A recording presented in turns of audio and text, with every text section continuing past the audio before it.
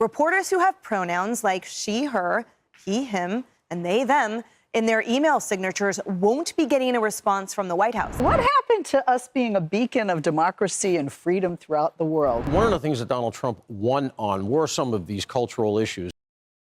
We've got Fox Outnumbered, which is quickly becoming one of my favorite panels to cover thanks to, well, the sheer stupidity of every member on the panel. For the echo chamber comments that MAGA constantly gives the left, CNN at least always has multiple Republicans, MAGA supporters on their panels. For Fox, it's always only MAGA. If there is a liberal, it's one, right? So leave us a like if you can. Helps us out a ton, helps us grow, and we're going to hop right into this debate. Well, the White House is out with a new policy on gender pronouns.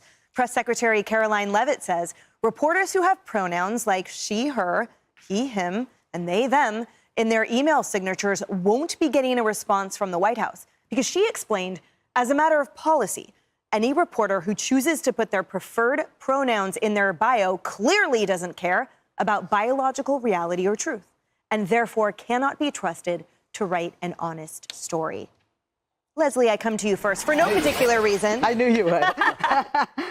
What happened to us being a beacon of democracy and freedom throughout the world? Whatever happened to our administration, Democrat or Republican, having a wonderful relationship with the press, and whatever happened to our First Amendment in the Constitution, which gives me the freedom to say to you guys, can you call me Empress the next time I'm on? Look, I understand some people think this is a woke thing and it's an important issue, but it's not. It's not a kitchen table issue. Okay, I mean, whoa, I take back everything I said. I'm sorry, Leslie. I was not familiar with your game. She is spitting the truth here. This isn't woke, nor is it a real life issue that people are stressed about. Like, oh, thank God they got those reporters with pronouns out of the White House. It's something that Trump will hang his hat on for Twitter points because that's the only place it's going to hit, and he's failing economically and politically on every level so far. But this is hilarious coming from the free speech absolutist party. I guess free speech ends at the N-word for them. It stops at pronouns. I mean, the war on pronouns is just incredibly stupid, if we're being frank. Everyone uses pronouns. I is a pronoun. These are labels. It's language. None of this has anything to do with biology. I would love for someone to draw the connection between language and biology, where, again, this is just another way MAGA is attacking your rights, particularly the rights of minorities, which is very fascistic and disgusting. But they want to attack your free speech and they want to force you into their very narrow worldview. And if you don't, you get silenced, you get censored. One of the things that Donald Trump won on were some of these cultural issues. And it's a very slight sidestep from this to men and women's sports, right? People get that continuum.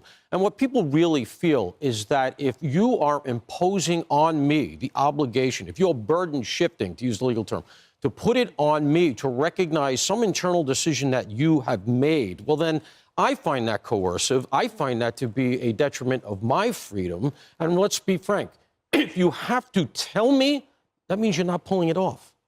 And so I should not be expected to figure that out. That's not my problem. What a perfect layup. I love you for that, Paul, because Harris, I want to talk about a real-world application. Okay, first, anyone saying that Trump won the election for any reason other than prices should never have their political analysis taken serious ever again. He ran for 3 years and beat someone who ran for 3 months by less than 2%. Just years removed from incredible price increases due to COVID. Also, the encroaching on my freedom if I have to use your pronouns argument is really dumb as well. I mean, imagine if I just started calling this man her or she or Richard instead of Paul. I bet he would correct me rather than just going, well, I guess I'm not pulling it off. Like, why is it different for pronouns when it just doesn't, the pronouns don't fit into your worldview? The woke pronouns, of course. I mean, the they, them. I wonder if these people only call women by their maiden names, because that's how they're born. Like, a woman gets married and takes her husband's last name, and like they refuse to call him. Like they get married and their own wife, they're like, well, I can't call you by my last name because that's woke and it's not how you were born. And it's just sheer stupidity. The logic falls apart with the simplest of critical thinking. There is a political penalty if you misgender somebody. And in that setting, with those reporters, they've got a gotcha all built in with their resume and name. And the first time somebody doesn't get a little blue card that says you're a woman, but you identify as Steve, and somebody calls you by the wrong situation, now you've got a whole political thing that gets what? They get the attention, the United States of attention. they get the attention and the clicks. And now that reporter who probably maybe didn't ask all the questions to put shine on him or herself gets all that shine for a reason that they flex that has nothing to do with the day's news. I can sort of game it out and understand how they could do it. So that's the flip side of the argument to Leslie to me. Such a great point.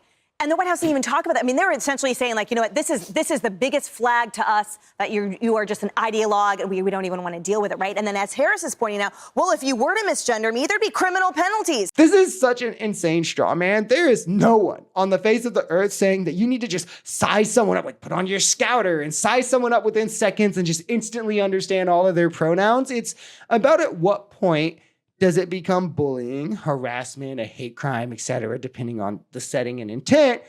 At what point does it cross that line when you're purposefully doing something, saying something, anything to someone that they've expressed to you negatively affects them?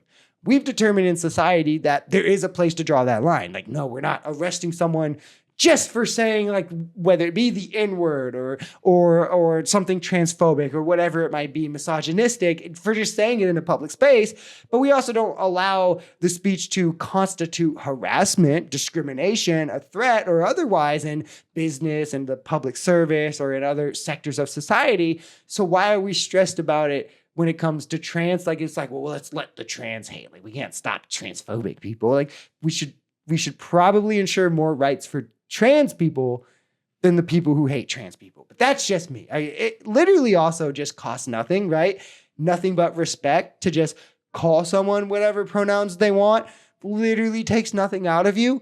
I think it's the biggest red flag of a person's character and morals if they're placing like this arbitrary, weird freedom thing over something that could just make a situation more comfortable for everyone involved. Like, yeah, I could call you she and it would make you comfortable. It could ease your anxiety. It could just make the situation smooth. But I'm a goddamn patriot and I'm not going to do that. Like, let's just be for real, right?